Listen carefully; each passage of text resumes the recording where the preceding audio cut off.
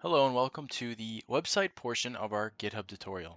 So you're going to want to start off by Googling GitHub and going to github.com. Alright, so before I show you exactly what you need to set up the GitHub website, I want everybody to know about this.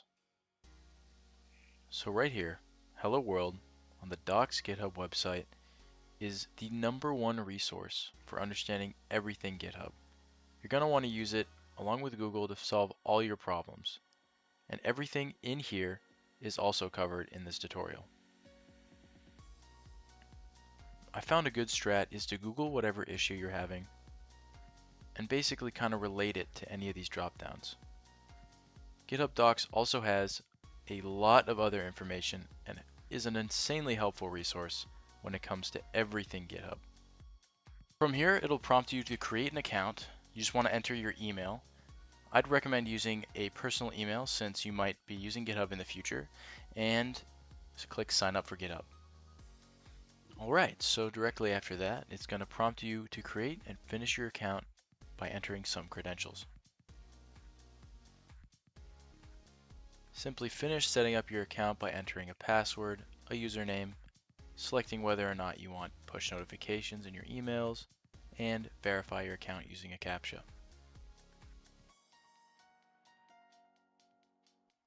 Most websites nowadays use a two-factor authentication, so you're going to want to go to your email, find the code it gives you, copy paste that right into here. Just head over to your email, find this code, enter it into the boxes, and it'll prompt you next to fill out a couple surveys. I would answer these surveys truthfully since legitimately it will cater your experience to whatever you select. Since you'll be working in lab groups, I'd recommend just selecting 2 to 5 people. Make sure you're a student. And right here, since you'll be working on projects and with teams and in a community, I would just select all 3 of those and make sure you click free. After that, it should send you to initialize your dashboard. Alright, so once that's initialized, you'll be on your home screen. And from here, you can actually make a new repo directly. But I'm going to show you a different way. Go up to your icon, go to your repositories, and click New. Up here, enter your repo name. Set it to public or private. I recommend public. And add a README file. Now after that, you can go directly to edit your README file. Doing so, you can enter any information you need for anyone to understand what's going on in this repo. But for the sake of these labs, you just enter your group and their subtasks.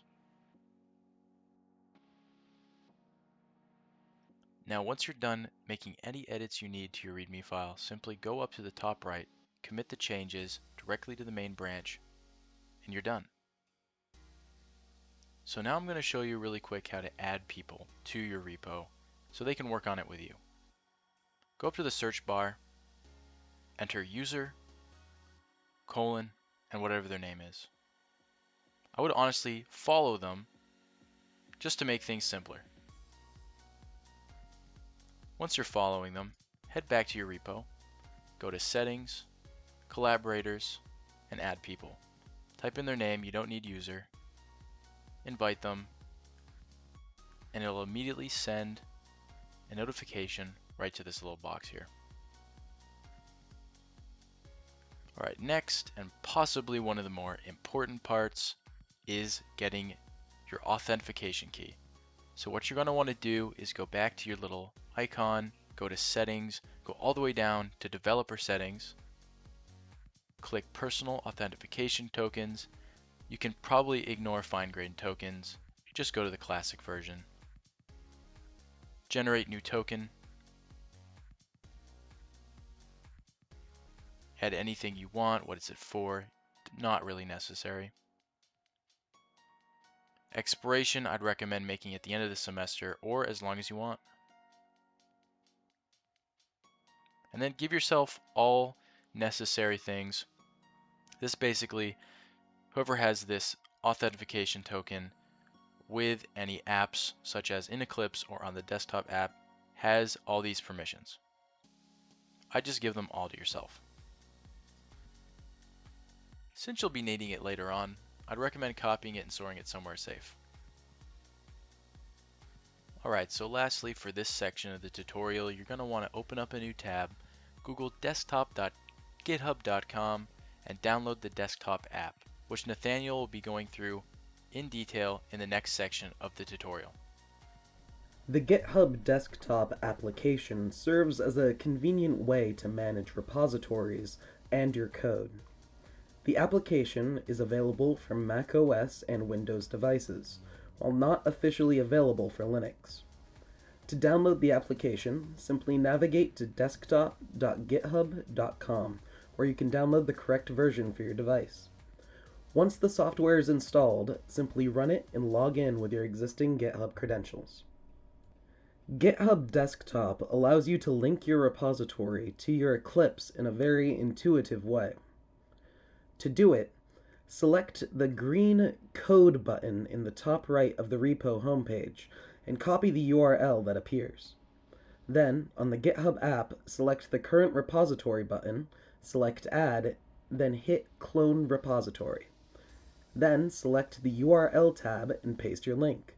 And just like that, the repository is successfully connected to the app. You've now connected the repository to the app. Now you must connect the app to your project in Eclipse. To do so, create a new project and uncheck the box that says Use Default Location. You're going to change the project's location to the repositories folder that can be found in the GitHub folder that was created on your device when you installed the desktop application. With the repository folder selected, you can successfully create the project and it will now be linked to the repository via the app. The desktop app can be used to create and merge branches. The concept of branches is important to understand and utilize because it allows for multiple people to work on parts of a project without interfering with each other. To create a branch, select the current branch button and click the new branch button. Then choose a name for it. Typically, for class projects, just your name is fine. If the app asks if you wish to discard changes or bring them over, make sure you choose to bring them over to the new branch. Lastly, publish the branch to the repository by selecting the Publish Branch button. Now, your branch can be viewed from the repo and your collaborators can access your work if need be. Pulling and pushing are important GitHub concepts to know, since you'll likely need to know them when you enter the workforce. They essentially have to do with transferring files to and from the repository and your device. Pulling is the act of taking the most recent versions of the files uploaded to the repository and loading them on your device. Conversely, pushing is the act of uploading your edited files to the repository. They will overwrite files with the same names on the branch you push them to. When you've completed your work in Eclipse and are ready to merge it with the rest of the project in the repo, you are ready to create a pull request. A pull request, also known as a merge request, is a way to let your team know that your work is complete and ready to merge with the main branch. To create one, make sure all changes have been either pushed to your branch or discarded, and then select the blue Pull Request button in the app. This will open the repository webpage and open a menu where you can add a description to the pull request before submitting. Here, GitHub will also tell you if your branch can be successfully merged with the main without any conflicts. Conflicts occur when two branches write on the same file. When a conflict happens, be sure to keep the files from the most recently edited file branch. If need be, changes from the conflicted branch can be copied and pasted into the other so that everything can be merged without issue. You can also merge branches from the GitHub app without creating a pull request. To do so, select the branch you want everything to be on, typically the main branch, then select the branch tab in the app, and at the bottom, click the Select a Branch to Merge Into button and select the branch you wish to merge with the main. If any conflicts arise, click the drop-down arrow and select Keep Files from the branch you are merging into main. Those are the basics of working with the GitHub desktop application. Next, Mason will be going over the basics of using GitHub in Eclipse for those unable to use the app. Alright, so this is going to be the Eclipse section of the video. You should already have Eclipse set up if you've taken 160 and 161 using the USM standard, Amazon Corretto, all that. So the first things first is going to be adding Git to Eclipse so you can see all these cool things down here. First thing you're going to do is go to Window, and then Perspective, and then Customize Perspective. So you're going to want to check this Git box. You can go down and choose what you'd like, but if you just select all of them, that should be easy enough. If you do not see Git in this first toolbar visibility, you're going to go to Action Set Availability, select Git again. You don't have to select either of these ones, but you can if you want to. Then go back to the toolbar visibility and click Git again. So the next thing you want to do is copy down the URL to the repo. As you can see down here, I've added a simple hello world Java file. We will get to that in a minute. But moving back into Eclipse, you're going to go down to Git repositories and click clone a Git repository. Up top here, if you already have it copy pasted, it'll put it in automatically, but otherwise you can put it in here. The host is always github.com, and the lab test GitHub web tutorial, those are both coming from GitHub itself as well. Down here under authentication, you're going to put your GitHub username and then the personal access token that you created earlier. You're also going to want to store it in Secure Store. That just makes it so you don't have to enter this in every time. So simply click Next. This is Nathaniel's branch down here, and this is the main. For right now, I will just copy the main in. Click Next one more time. Most of this should be formatted correctly without you having to do anything, and then simply click Finish. So as you can see, the lab test repo has showed up in the Git repository section.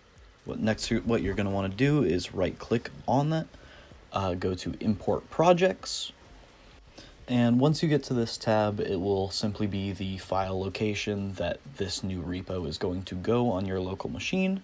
Simply click Finish afterwards and you should be all set. From there, you can see that it has showed up in the Package Explorer, which, real quick, going into our little Hello World class, you can see that this was created all the way back in the Git repository, but now we can see it on our machine. So next up, I need to show you all of the different options that you have with Git. Most of these you probably won't end up using as they're kind of more in-depth. But the first one is push. That's basically forcing the changes that you have made back into the repo. Next is going to be pulling, which basically will update the files, making them up to date with the repo. When you are pulling, make sure you are in the correct branch. Speaking of branches, over here, this little fork-looking thing is going to be the branch icon. If you click on that, you can create a new branch. I will simply name mine Mason. Click Finish, and you can see down here in the Git staging that it is now under my branch. Going back up to this branch icon, now that I have multiple, I can go and check out the main, which will basically update all of my files to look like the mains, or you can check out your own branch, and that pretty much just tells you which branch you're going to be working on at the moment. So finally getting down to the actual Git staging area, you have 3 different sections: unstaged changes, staged changes, and the commit message. First off, the commit area. The message is just going to be a helpful reminder or what you are planning to do with it. The commit and push, which is going to send your changes to the repo, and the commit button, which can be used to add changes without sending it back to the repo. So most of the time, you will see your files up here in unstaged changes. If you have changed something, like if I simply put in a second print line command and save it, you would drag these down to the stage changes, simply put a commit message, simply added line, and I could click a simple commit, and then you can see that all of that's gone away. That means next time you push, it will be added to the repo, which I will do now by clicking push. It'll come up with a little preview telling you where it's going, what branch it's part of. And once you get to this, if you just click push, this new window will pop up telling you that everything has been pushed successfully. That is the end of our little tutorial to the world of GitHub. It can seem daunting at first, but soon everything will become second nature to you. Good luck in your labs.